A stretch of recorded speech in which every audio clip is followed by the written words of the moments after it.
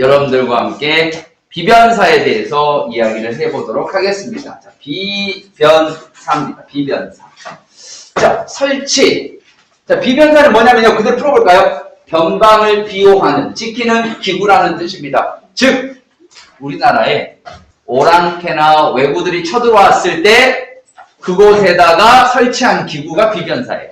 즉 부산에 일본이 쳐들어왔다. 그럼 일본에다 비변사를 설치해. 막 싸워. 일본이 물러갔어. 그럼 비변사가 없어지는 임시기구였습니다. 한마디로 아무것도 아니었어요. 군사적인 부분의 임시기구였습니다. 그러나 임진왜란 때 전쟁에 대한 중요성이 커지면서 비변사의 기능이 강화됩니다. 그러면서 임진왜란 이후에 최고의 권력기구가 됩니다. 이게 비변사예요. 자, 정리 한 번만 더 갈까요? 비변사는 변방을 지키는 임시기구였으나 임진왜란 이후부터 최고 권력기구가 됐다. 그 내용이 되겠습니다. 자, 그럼 임진왜란 이후에 막강한 권력을 갖게 된 비변사. 이 비변사의 기능이 강화되면서 어떤 일이 발생하느냐? 첫 번째, 원래 의정부하고 육조가 우리나라의 메인이었거든요. 조선에. 비변사가 이걸 다 해버려. 한마디로 유명무실한 거죠. 쉽게 말하면 학급 회장이 있습니다. 학급 회장이 주의가 해야 될 일을 학급 부회장 어디 있어요? 지우가 다 해버리는 거예요.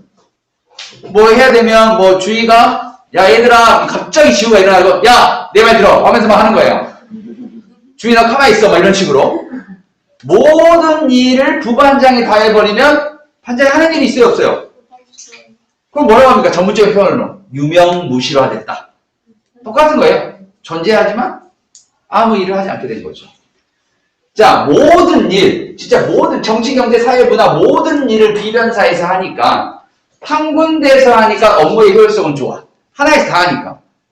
하지만 이 비변사를 장악한 집단이 모든 권력을 장악했기 때문에 나름 부정부패도 일어납니다.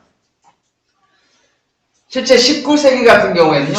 특정 가문이 안동 김씨라든지 풍양조 씨라든지 특정 가문이 비변사를 장악하면서 세도 정치가 전개됩니다. 그래서 고종이 이거를 폐지하죠.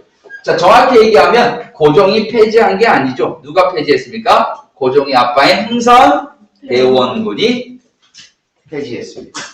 다른 반 친구 제가 여기다 홍대라고 적었더니 어떤 친구가 옆에다 홍대라고 적어놨더라고요. 홍대 아닙니다. 뭐 그 친구 홍대 가고 싶었나 봐요. 흥선 대원군이 되겠습니다. 자, 비변사입니다. 한 번만 더 하고 갈까요?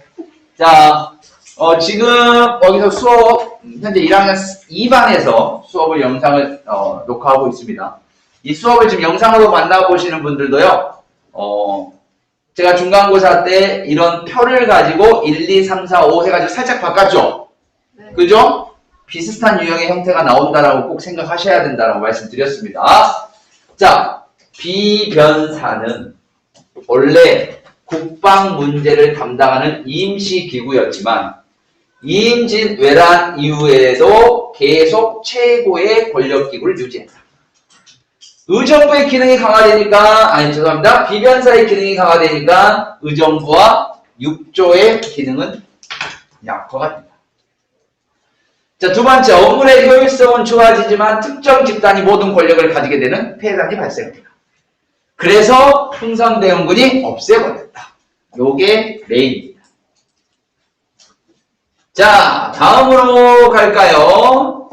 자, 다음으로 가겠습니다. 이제 우리가 이제 공론의 바탕을 둔 정치 운영인데요. 자, 쉽게 얘기하면 이거 뭐라고 생각하시면 되냐면 이거라고 생각하시면 돼요. 바로 뭐냐? 붕당 정치 배울 겁니다. 붕당 정치. 붕당. 오늘 붕당 정치 배울 거예요. 조선에서 제일 어려운 부분입니다. 오늘 붕당 정치를 여러분들하고 진행하도록 하겠습니다. 자, 그러면 뭐 질문을 좀 드려보도록 할까요? 자, 질문 드려보겠습니다. 실제 영상에서는 이 질문 부분은 잘릴 수도 있습니다. 예. 그래서 자, 시켜볼게요.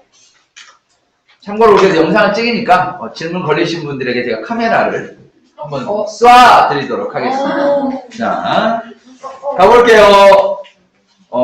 한마디로 설하려고 학생들에게 얼공이 되겠습니다. 자, 갈게요. 혹시 하고 싶으신 분 있어요? 나 오늘 특별히 좀 꾸미고 왔다 하신 분 있으면. 야, 마우스가 어디 갔니? 자, 되겠습니다. 할게요. 클릭. 자, 5번 되겠습니다. 5번. 자, 5번 지희. 자, 오늘 뭐 좀 괜찮아요? 좋습니다. 다음. 4번. 세림이 아주 환한 미소를 보이고 있습니다. 자, 가게 비치는 건 좀 그렇죠? 네, 그렇죠. 아니, 그럼 그럴 것 같아요. 네. 자, 가겠습니다. 질문으로 갈게요. 먼저, G부터 갈게요.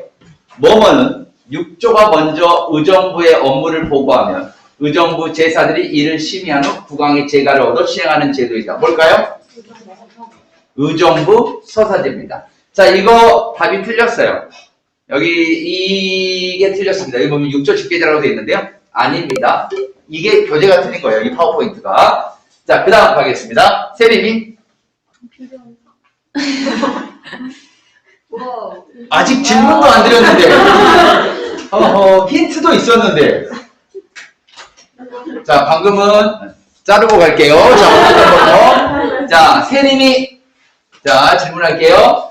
외란을 거치면서 뭐의 기능이 강화되면서 의정부와 6조는 제구실부터 이건 뭘까요? 자, 힌트 드릴게요. 어떤 사람이 비 오는 날 변소에서 사망했어요. 뭔가요? 뭔 개소리야? 그렇죠. 비변사. 정확한 정답이 되겠습니다. 정확한 정답을 맞추셨습니다. 두 분 다. 4번, 5번. 자, 다음으로 갑니다. 자, 이제 살인으로 가도록 할게요. 자, 이제 여러분들이 먼저 알아야 될 개념 중에 뭐가 있냐면 풍부와 살인이라는 개념을 좀 알아야 됩니다. 자, 풍부와 살인이라는 걸 우리가 알기 위해서 조선 전기의 왕들을 잠깐 볼게요. 그래서 전자칠판 말고 오늘은 특별히 이제 칠판을 가지고 잠깐 수업을 하도록 하겠습니다. 자, 됐습니다. 반갑습니다. 우리가 강의 장소를 바꿨습니다. 네, 여러분들. 영상에서는 다 자를 거니까 칠판을 볼게요 하고 제가 이제 뛰는 것부터 시작할 겁니다. 왜냐면 재미없으면 우리가 아무리 유명한 인강도 듣다가 어떻게 돼요? 잠자잖아요. 근데 하물며 학교 수업하는 선생님이 하니까 더 잠이 오죠. 이런 걸 좀 넣어줘야 돼요. 정상적인 영상은 아이들이 싫어한다고 생각을 합니다. 자, 가보도록 할게요. 자, 우리 이제 조선 전기의 왕들을 제가 시간을 아끼기 위해서 미리 좀 적어 놨습니다. 자, 1392년이 조선을 건국했습니다. 자, 여기에서 정확하게 200년을 더하면 1592년입니다. 요거 연도 정도는 좀 알아두셔야 된다. 제가 말씀을 드렸죠.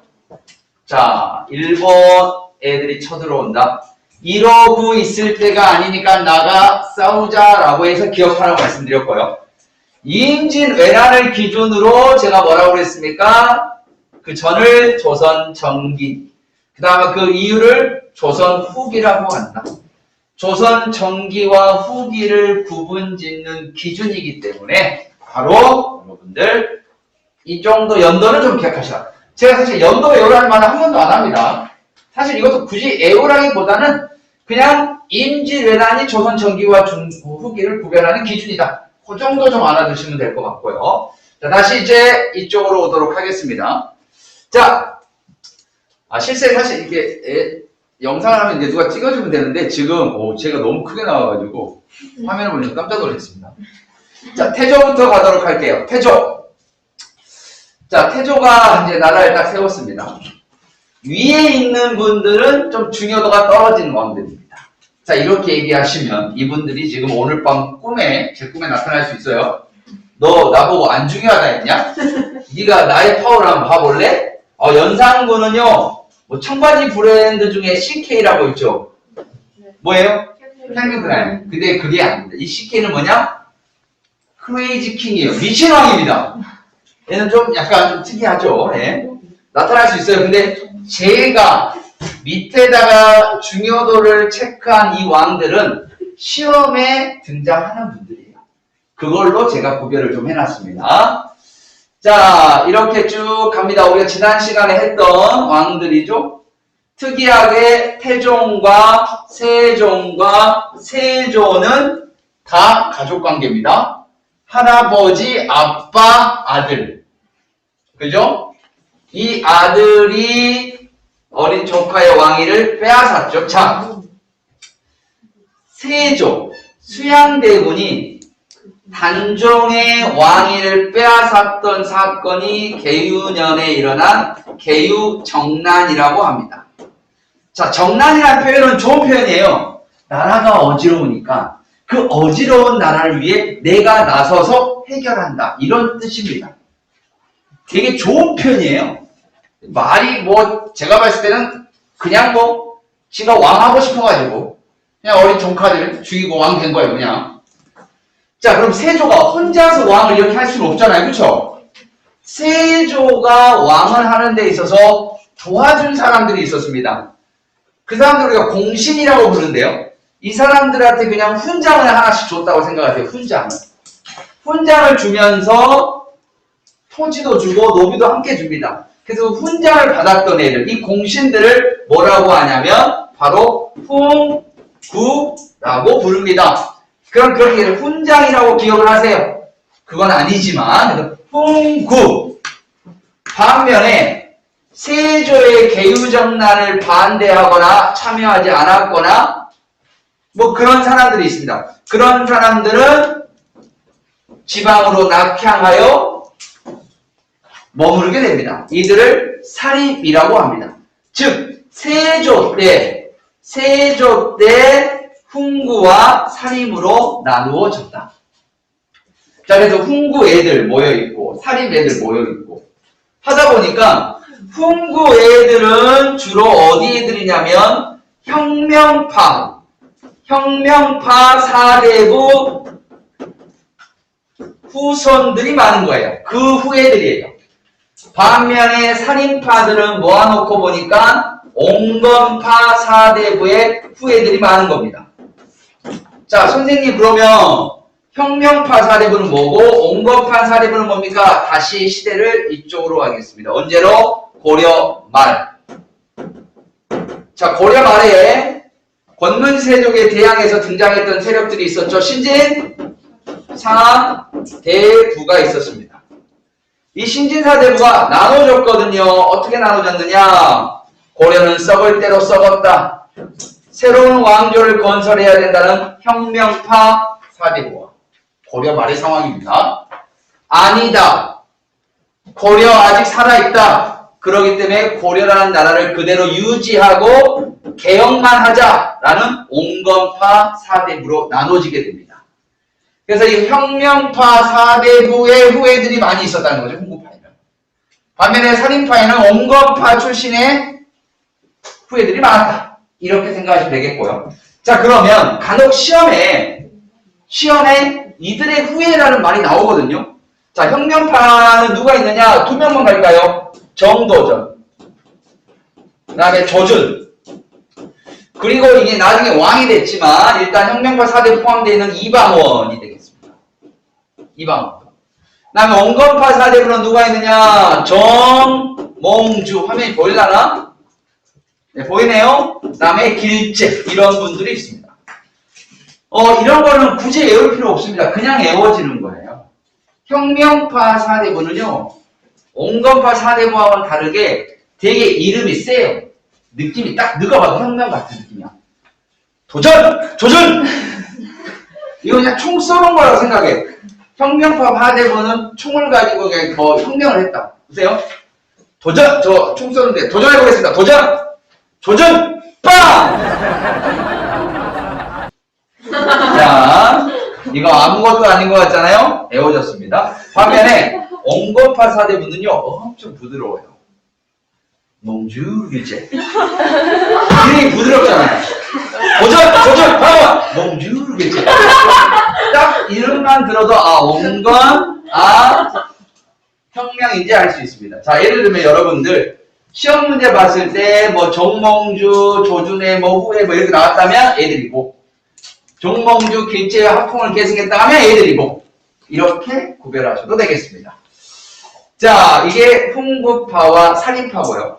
자, 훈구파와 살인파의 내용은 조금 이따가 잠깐 하도록 하겠습니다. 이들은요, 세조의 도움을 받아서 이들은 중앙정계에 진출합니다. 그래서 애들은 중앙정치를 강조하고요. 애들은 어디에 있어? 중앙에 있어? 지방에 있어? 지방에 있으니까 중앙정치를 강조할까? 향촌 자치를 강조할까? 향촌 정치를 강조해요. 당연히. 자, 이렇게 진행을 합니다. 그러다가 성종 때 살인파 중에 한 명을 등용합니다. 그 사람이 김종직이라는 사람을 등용합니다. 왜? 똑똑하니까. 살인들이 똑똑해. 아, 선생님 어떻게 그렇게 알 수 있어요? 일반적으로 똑똑할 수밖에 없어. 왜냐면 애들이 지방에 있다 보니까 놀 것이 별로 없어. 자, 여러분들 부모님이 너 안 되겠다 해가지고 여러분들 이사를 갔어요. 저기 무인도로. 휴대폰을 끼는 순간 야, 젠장 안테나가 안 떠. 와이파이는 없어. 그렇게 3년 있다가 왔어요. 그럼 여러분 어떡할 같아요? 내 어머니가 갈 때 책 3만 권을 가지고 갔어. 여러분 어떨 것 같아요? 진짜 할 게 아무것도 없어. 그럼 책만 읽을 수밖에 없거든요. 살인들이 똑똑한 애들이 많았어요. 과거 시험에 합격하면 살인 출신들이 상당히 압도적으로 합격을 했습니다. 자, 김종직이 딱 등용했어. 이 등용을 하니까 살인 중에 최초의 등용입니다. 훈구가 좋아했을까 싫어했을까? 싫어했어요. 싫어했습니다. 그래서 얘들을 누릅니다. 이걸 뭐라고 합니까? 훈구파가 살인파를 공격하는 걸 사화라고 합니다. 훈구의 공격으로 살인이 화를 당했다 해서 사화. 몇 번 있었냐면 4번 있었기 때문에 4대 사화라고 합니다. 자, 예전에 공부 교육과정, 여러분들 선배들의 교육과정에서는요, 이거 다 배웠어요. 근데 여러분들은 2015 개정교육과정을 하면서 이 부분이 많이 축소가 됐습니다. 이 부분이 많이 축소가 됐어요. 그나마 좀 편해진 거예요. 굳이 이제 순서 정도는 알아두시면 좋은데요. 연산군 때 무오사화, 연산군 때 앞에 무자, 그 다음에 또 연산군 때 갑자사화, 가, 그 다음에 중종 때 기묘사화, 비, 그 다음에 명종 때 을사사화, 을. 이렇게 총 하나, 둘, 셋, 넷 해서 4대 사화라고 합니다. 자, 순서 정도는 좀 알아두셔도 나쁘진 않고요. 실제 내용을 시험에 출제되는 건 주로 기묘사화입니다. 주로가 아니고 이것뿐이에요. 수능에서도 굳이 사화가 안 된다면 얘뿐이야. 기묘사화는 누구하고 관련이 있냐면요. 자, 우리나라에서 조로 시작해서 조로 끝나는 거예요. 그렇죠. 조강조입니다. 난 다른 말에서 누가 조조라고 그러더라고요. 이게 혹시 중국분인가? 네, 이런 생각을 했는데요. 조강조와 관련된 게 기묘사화가 되겠습니다. 자, 순서 애우는 버전이 좀 있어요. 이거 애우는 방법이. 2가지 버전이 있는데요. 슬픈 버전이 있고 짜증 버전이 있습니다. 슬픈 버전부터 알려드리면요. 한 50년이 지났어요. 50년 더 지났습니다. 어머님이 이제 편찮으세요. 여러분 부모님이. 가지고 전화를 딱 해. 얘야, 너 잠깐 나한테 와봐라. 어머 무슨 일이야? 잠깐 와봐. 딱 갔는데 어머님이 침대에 누워가지고 머리맡에서 통장을 하나 꺼내십니다. 그 돈 1000만 원을 줘요. 나 뭐 좀 사와라. 그러더니 여러분 물어보겠죠. 뭐라 물어보겠어요? 엄마 무엇을 갑자기 사오라는 얘기야. 갑자기 왜 뭐 사와? 내가 죽을 때가 됐으니 묘를 사와라. 죄송합니다. 됐습니다. 짜증 버전은 오늘 딱 자습 끝나고 갔어요. 근데 엄마가 2,000원 던져주면서 야, 너 이거 가서 축구가 뭐 좀 와. 너 피곤한데. 뭘 갑자기 사오라는 게 나 짜증나게. 야, 너 수련회 가니까 김밥 싸게 김을 사와라. 자, 이게 아무것도 아닌 것 같고 지금 여러분들 표정이 뭔 저런 거지 같은 게 이제 하는데요. 이게 아무것도 아니지만 여러분들 애워졌어요. 볼래요? 자, 2반에서 제가 아무나 한번 시켜보겠습니다. 요거를 시켜볼게요.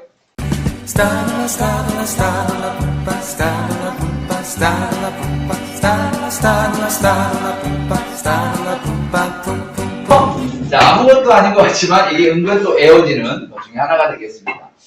자, 조강조 같은 경우는요, 간단히 말만 할게요. 자, 시험에 나오는 중요한 부분은 아닙니다만은, 자, 무어사와 갑자사와 기묘사와 을사사와 이 모든 것들은 전부 다 살인들이 화를 당한 거예요.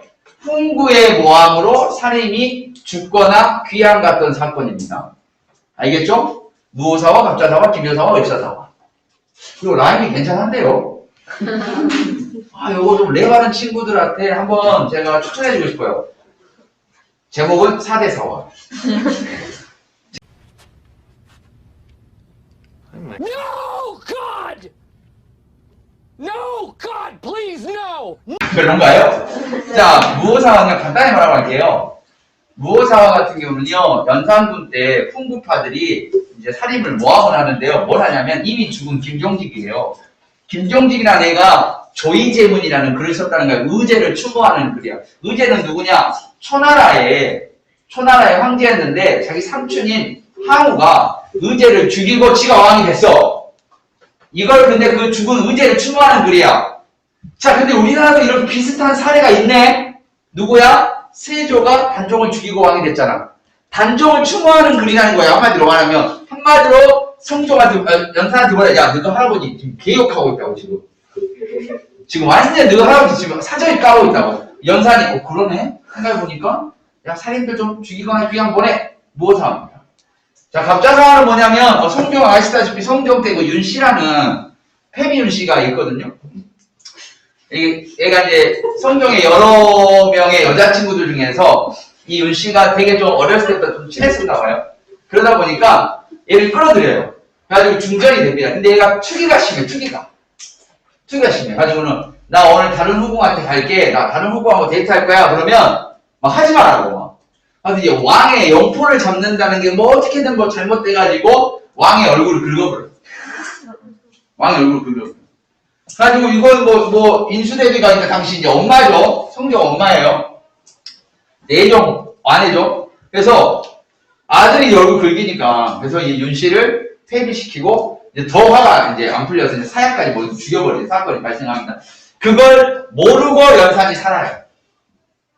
연산이 좀 정신이 이상해진 부분은 이거라고 합니다. 어머니의 죽음에 대한 진실을 알지 못한 채 살다가 갑자기 성인이 됐을 때 이 진실을 알았을 때 그걸 이제 감당하지 못해가지고 정신이 좀 이상해졌다는 그런 이야기도 있습니다만은 연산이 자기 패비 윤씨 사건과 관련된 사람들을 죽이기 시작합니다. 당연히 자기 계모들도 죽여버리고요. 그리고 그 중심에 바로 살인들이 좀 일부 있었어요. 살인들이 제거됐던 갑자사화. 자, 연산을 몰아내고 그의 동생, 연산 동생입니다. 중종이 왕이 됐어요. 중종은 되게 좀 능력이 없죠. 왜냐면 신하들이 연산을 몰아냈어. 그러면 진짜 똑똑한 애를 왕으로 앉힐 것 같아요? 아니죠. 자기가 조정하기 편한 사람을 왕으로 앉힙니다. 그래서 중종인데 중종한테는 조강조라는 아주 괜찮은 신하가 있었습니다. 이 신하가 뭘 주장하냐면요. 혈량과의 도입을 주장합니다. 그 다음에 위문을 삭제하죠. 자, 이거 말고도 뭐 여러 가지가 있습니다만은 소학을 강조했다든지 소격설을 뭐 이런 것까지는 몰라도 이 두 가지 정도만. 혈량과는 그 사람이 얼마나 혈량한지 그 양을 보고 관직에 뽑아주는 거예요. 일종의 추천제도예요. 그럼 조광조 입장에서는 지가 사립인데 훈구 애들을 뽑겠냐 사립을 뽑겠냐? 사립을 뽑는 거죠. 그거에 훈구가 열받고요. 이게 제일 열받았을 것 같아요. 위훈 삭제, 훈장을 삭제해버린다. 훈장 받으면서 노비 받았고 토지 받았는데 이걸 다 없애버린 거야. 이걸 받아 안 받아? 열받아. 그래가지고 야 너 안 되겠다. 너 좀 제거 좀 당해야 되겠다 해서 조광조를 제거했던 사건이 기묘사화입니다. 자, 이 기묘사화에 대한 내용은요, 우리가 영상으로 잠깐 한번 만나보도록 하겠습니다. 기묘사화. 연산군의 폭정은 기존 세력들의 불만을 사게 됐고 결국 중종 반정이 일어나게 됐습니다. 중종에 의해 대거 등용된 사림이 미신을 타파하고 향액을 실시하여 지방에서 사림의 위치를 확고히 했으며 연산군의 폭정으로 위축된 학문을 발전시키기 위해 처적을 국가에서 간행했습니다. 또 혈량관을 실시하여 지방사림이 중앙정기로 진출할 수 있는 제도적 기반을 마련했습니다. 조광조 등 살림 세력은 훈구파를 철저히 배척하며 급진적인 이상주의 정책을 추구했습니다. 결국 중종반정 때 공신 중 76명의 이름을 삭제하는 위훈 삭제 사건을 계기로 훈구파와 첨예한 대립을 하게 됐습니다. 조광조 등 신진사림의 비판과 견제 속에 반정을 주도한 훈구 세력들은 위기의식을 느끼게 됐고 이를 타개하고자 조광조를 제거하려 했습니다. 폐하! 무슨 일이냐? 이것을 보시옵소서. 이것이 무엇이냐? 궁궐한 동산에서 따온 나뭇잎입니다. 그 안에 벌레가 파먹은 곳을 좀 보시옵소서. 주초이왕? 이것이 무슨 말이냐? 폐하, 말씀드리기 송구스럽사오나 그 뜻은 바로 조시성을 가진 자가 왕이 된다는 내용입니다. 무엇이? 조시성을 가진 자가 누구이옵니까? 바로 조광조 일파이옵니다. 이는 저들이 역심을 품고 있다는 것을 말해주는 것입니다. 어서 저들 조광조 일파를 처벌해야 합니다. 조광조는 전라도 능지로 귀양 보내고 관련자들 역시 모두 귀양 보내거나 파직하도록 하여라. 홍경주 등이 궁궐의 나뭇잎에 주초위왕이라는 글씨를 쓰고 이를 벌레가 갉아먹게 한 뒤 중종에게 알려 주와 초를 합치면 조가 되며 이는 조광조가 왕이 되려 한다는 것을 뜻한다며 중종을 설득했고 중종은 신진사림의 급진적 배타적 태도에 염증을 느끼고 있었기 때문에 조광조를 제거하게 됐습니다. 이것이 기묘사화이고 이를 계기로 중앙정계의 살인들이 큰 피해를 입게 됐습니다. 다음에 인종 명종입니다. 자, 조선시대 왕 중에서 가장 짧은 왕을 한 사람이 인종이죠. 왕의 재위기간이 8개월. 그래서 여기도 있어요. 그 중종의 아내들이 있거든요. 근데 둘 다 윤씨예요. 근데 대윤손이라고 부르는데 이 명종의 엄마가 문정왕후인데 인종을 뭐 독살시켰다 뭐 그런 설이 있습니다만은 8개월. 그리고 아까 전에 예종 같은 경우 세조의 아들인 예종도 13개월. 되게 왕을 짧게 했습니다. 다들 일찍 죽어버렸죠. 자, 그리고 나서 4번의 사화를 겪고도 결국 선조 때 사림이 집권을 하게 됩니다. 그래서 사람들이 야, 살인들은 왜 이렇게 집권할 수 있었냐? 뭐 그들에게 지방에 가면 서원과 향약이라는 게 있습니다. 저쪽으로 가서 할게요. 자, 수많은 살인들이 야, 나도 정치, 야, 우리 모두 정치야 막 올라옵니다. 자, 그러다 보니까 너도 나도 막 올라오다 보니까 관직은 한계가 있잖아요. 그 뜻이 맞는 사람끼리 해요. 야, 나하고 뜻이 맞는 사람 이쪽으로 오세요 라고 합니다. 그래서 얘들을 동인. 자, 나하고 뜻이 맞는 사람들이 오세요 하고 이쪽으로 옵니다. 뜻이 맞는 사람, 얘들 서인. 그래서 이걸 뭐라고 하냐? 끼리끼리 모여서 정치를 한다. 이걸 우리가 뭐라고 하냐? 바로 무슨 정치의 시작입니까? 당 정치의 시작이에요. 지금 우리나라에 보면 더불어민주당이 있고 국민의힘이 있잖아요. 이것도 붕당 정치예요. 좀 우연의 일치로 약간 색깔이 그러네요. 더불어민주당이 국민의힘이잖아요. 그죠? 자, 이때부터 이제 붕당 정치가 시작이 되는 겁니다. 자, 우리가 판서를 통해서 한번 쭉 봤고요. 자, 이제 이걸 통해서 마무리를 지어보도록 하겠습니다. 자, 보도록 하겠습니다. 자, 사림의 등장인데요. 훈구와 사림입니다. 아까 했던 내용이고요. 자, 사림 같은 경우에는 길제의 화풍을 계승했으며 왕도 정치, 왕이 다른 길로 갈 수 있도록 신하들이 도와줘야 된다는 거죠. 자, 할 말을 하는 언론 활동을 중시했고요. 그러다 보니까 이 사림들은요, 주로 어디에 3사의 관원으로 많이 참여했습니다. 3사의 관원으로 많이 참여했다. 자, 그리고 아까 얘기했던 향촌 자치를 추구했다라는 내용이 나와 있고요. 자, 계속 가도록 하겠습니다. 자, 훈구와 사림의 대결, 아까 했던 사화 설명했던 부분이고요. 자, 4대 사화를 겪고도 훈구파들이 권력을 차지할 수 있었던 것은 바로 서원과 향약입니다. 향약은 향촌의 약속으로서 향촌의 주민들, 자기의 살고 있는 마을 사람들을 통제하기 위한 규범입니다. 서원은요, 건물인데요. 여기서 정치도 하고, 여기서 공부도 하고, 뭐 그러한 복합적인 살인들의 아지트라고 생각하시면 될 것 같습니다. 결국 살인들이 선과 향약을 기반으로 세력을 확대하면서 선조 때 권력을 차지하게 됩니다. 그리고 붕당이 형성이 되는 거죠. 자, 붕당 정치의 제일 중요한 건 이거예요. 공론입니다. 여러 사람의 의견을 모을 수 있다는 거.